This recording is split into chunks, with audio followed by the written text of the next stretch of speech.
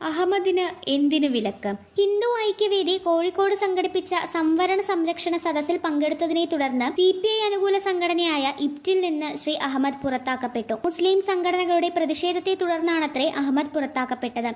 ന്യൂനപക്ഷ വർഗീയതയും തീവ്രവാദവും കേരളത്തിൽ ചർച്ച ചെയ്യാൻ ഏറെക്കാലമായി രാഷ്ട്രീയ പാർട്ടികൾക്ക് ഭയമാണ്. മുൻപ് ശ്രീ AK ആന്റണിക്ക് മുഖ്യമന്ത്രി സ്ഥാനം ഒഴിയേണ്ടി വന്ന സാഹചര്യം ഇത്തരുണത്തിൽ സ്മരണീയമാണ്. ഇസ്ലാമിക തീവ്രവാദത്തെക്കുറിച്ചുള്ള അച്യുതാനന്ദന്റെ പ്രസ്താവന അക്കാലത്ത് ചർച്ചയാക്കാനേ മാധ്യമങ്ങൾ തയ്യാറായില്ല. ഹിന്ദു രാഷ്ട്രവാദത്തെ എതിർക്കുന്ന ഗൗരവത്തോടെ മുസ്ലിം രാഷ്ട്രവാദവും എതിർക്കപ്പെടണമെന്ന മുൻ മന്ത്രി KK ശൈലജ നിയമസഭയിൽ നടത്തിയ പ്രസംഗവും ഏറെ ചർച്ചയ്ക്ക് വിധേയമായില്ല. എഴുത്തുകാരും സാഹിത്യകാരന്മാരും രാഷ്ട്രീയ പ്രസ്ഥാനങ്ങളുടെ തടവറകളിൽ നിന്ന് പുറത്തുവരണം. രാഷ്ട്രീയ പാർട്ടികളുടെ തിട്ടുരമനുസരിച്ച് അഭിപ്രായം പറയേണ്ടവരല്ല സർഗാത്മക സൃഷ്ടി നടത്തുന്നവർ. സത്യം വിളിച്ചു പറയാൻ അവർക്കാവണം. അങ്ങനെ സത്യം പറയുന്നവർക്ക് വിലങ്ങോ വിഷമോ കരുതി വെക്കുന്നവരോട് കലഹിക്കാൻ എഴുത്തുകാരനാവണം. ശ്രീ അഹമ്മദ് അതിനുള്ള ധൈര്യം കാണിച്ചിരിക്കുന്നു.